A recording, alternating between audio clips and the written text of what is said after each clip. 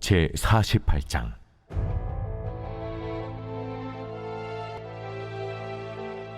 모압에 관한 것이라.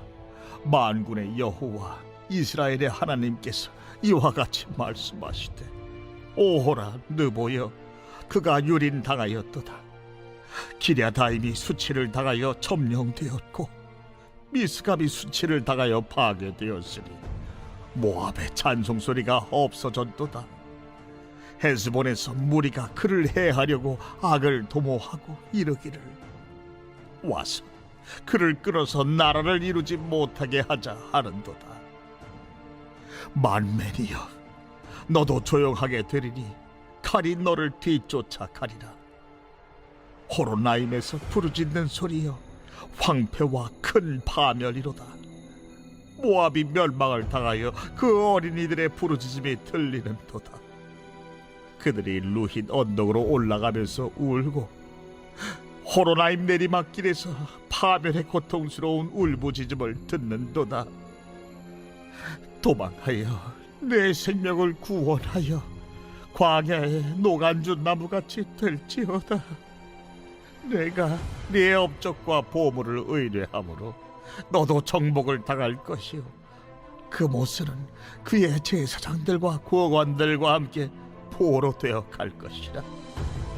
파멸하는 자가 각 성읍에 이를 것인즉 한 성읍도 면하지 못할 것이며, 골짜기가 멸망하였으며 평지는 파멸되어 여호와의 말씀과 같으리로다.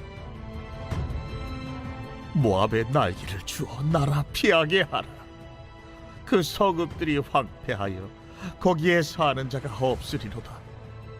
여호와의 일을 게을리하는 자는 저주를 받을 것이요, 자기 칼을 금하여 피를 흘리지 아니하는 자도 저주를 받. 오늘 우리에게 주시는 하나님의 말씀은 예레미야 48장 1절로 10절입니다. 예레미야 46장부터 51장은 이스라엘이 아닌 이스라엘의 주변 나라 열국을 향한 하나님의 신탁입니다. 먼저 46장은 애굽에 대해서, 그리고 47장에는 블레셋에 대한 하나님의 심판의 메시지가 있었습니다. 그리고 48장에서는 모압에 대한 내용이 나옵니다.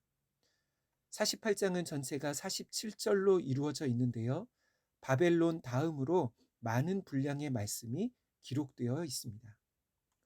이제 1절에서 느보와 기랴다임, 미스갑이라는 모압의 성읍이 나옵니다. 이 성읍들은 모압의 대표적인 요새들인데, 이곳은 모압의 외적의 침략이 있을 때 지형적으로 높은 곳에 위치하고 있는 적군이 함락하기 어려운 모압이 자랑하는 성읍들이었습니다. 그런데 1절에서는 이 성읍들이 다 수치를 당하고 파괴될 것이라고 말씀합니다. 그리고 2절에서 모압의 국경에 있는 헤스본에서는 적들이 모압을 침략할 계획을 세우고 있다고 말합니다. 다시 말해 모압의 전쟁이 임박한 것이지요. 4절부터는 모압의 성읍들 안에 살고 있는 백성들의 부르짖는 소리입니다. 먼저 4절에서는 어린이들의 부르짖음이 들립니다. 여기서 어린이로 번역된 말은 젊은이라는 뜻도 되는데, 다시 말해 모압의 젊은이들과 청년들의 부르짖음인 것이지요. 이들은 루힛 언덕으로 올라가면서 울고 있습니다. 아마도 적들의 침략으로 피난을 떠나면서 우는 모습인 것이지요. 그리고 호로나임 길에서 파멸의 고통스러운 울부짖음을 듣고 있습니다. 그러니까 이들은 피난길에 오르는 중에 벌써 그들의 성읍이 함락당하고 멸망했다는 소식을 듣습니다. 하나님께서는 이런 상황에서 모압 백성이 살 길을 말씀해 주셨습니다. 그것은 도망하여 광야로 가는 것입니다. 그러면 왜 하나님께서는 모압을 심판하실까요? 그 이유가 7절에 나옵니다. 내가 내 업적과 보물을 의뢰함으로 너도 정복을 당할 것이요, 그모스는 그의 제사장들과 고관들과 함께 포로되어 갈 것이라. 첫 번째로 그들이 하나님의 심판을 받는 이유는 자신들의 업적과 보물을 의뢰했기 때문입니다. 사실 모압의 시작은 아브라함의 조카 롯의 후손들이라고 할 수 있습니다. 그래서 이들의 조상은 여호와 하나님에 대해서 알았던 것이지요. 그러나 그들은 시간이 지나면서 하나님을 떠나 하나님을 버리고 다른 우상을 섬기게 되었습니다. 7절에서는 모압의 대표적인 우상이 그모스라고 말합니다. 그러니까 모압이 하나님의 심판을 받는 이유는 두 가지입니다. 하나는 그들이 자신들의 업적, 다시 말해 그들의 군대와 난공불락의 요새를 의지한 것이고, 두 번째는 자신들의 보물, 자신의 경제력을 의지했다는 것이지요. 그러면 이것이 왜 그들이 심판받는 이유일까요? 그것은 이들이 이스라엘과 유다가 바벨론에 멸망하는 것을 보고 무엇인가 깨달았어야 한다는 것을 뜻합니다. 그러나 모압은 자신들이 이스라엘보다 더 강한 군사력과 요새가 있다는 것을, 또 다른 나라들로부터 무기와 용병을 살 수 있는 경제력이 있다는 것을 믿고 교만했던 것이지요. 그런데 그들이 의지한 것들은 자신들을 지켜줄 수 없는 것들이었습니다. 마지막으로 10절에서는 갑자기 모압이 아닌 여호와의 일을 게을리하는 자들에 대한 말씀이 나옵니다. 여기서 여호와의 일이란 모압을 심판하시는 하나님의 역사를 뜻하는 것입니다. 다시 말해 바벨론이 모압을 심판하는 하나님의 도구이고, 그들은 모압을 심판하는 일에 게으름 피우지 말고 그 일을 수행해야 하는 것이지요. 그래서 이 말씀은 하나님께서 반드시 모압을 심판하시겠다는 그분의 강력한 의지를 보여주는 표현이라고 할 수 있습니다. 오늘 말씀은 하나님께서 이 세상에 믿지 않는 자들에게 말씀하시는 것을 보여주고 있습니다. 하나님께서는 에레미야를 통해 하나님을 섬기지 않는 열방을 향해서도 말씀하십니다. 그것은 하나님이 이스라엘만의 하나님이 아니라 열방을 다스리시는 하나님이심을 보여주는 것이지요. 그런데 이것은 오늘날도 마찬가지입니다. 오늘날에도 하나님께서는 하나님을 믿지 않는 이 세상 사람들에게 말씀하고 계십니다. 그러면 하나님은 어떤 방식으로 오늘날 세상 사람들에게 말씀하실까요? 첫 번째는 세상 역사를 통해서입니다. 이 세상 역사를 통해 사람들이 하나님이 계시다는 것을 깨닫게 하시는 것이지요.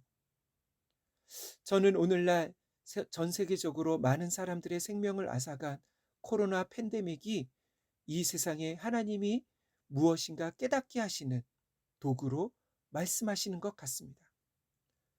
우리는 약 2년이 넘는 시간 동안, 그리고 지금도 오늘날 세상의 최첨단의 과학 기술도 코로나 바이러스를 통제할 수 없는 것을 보았습니다.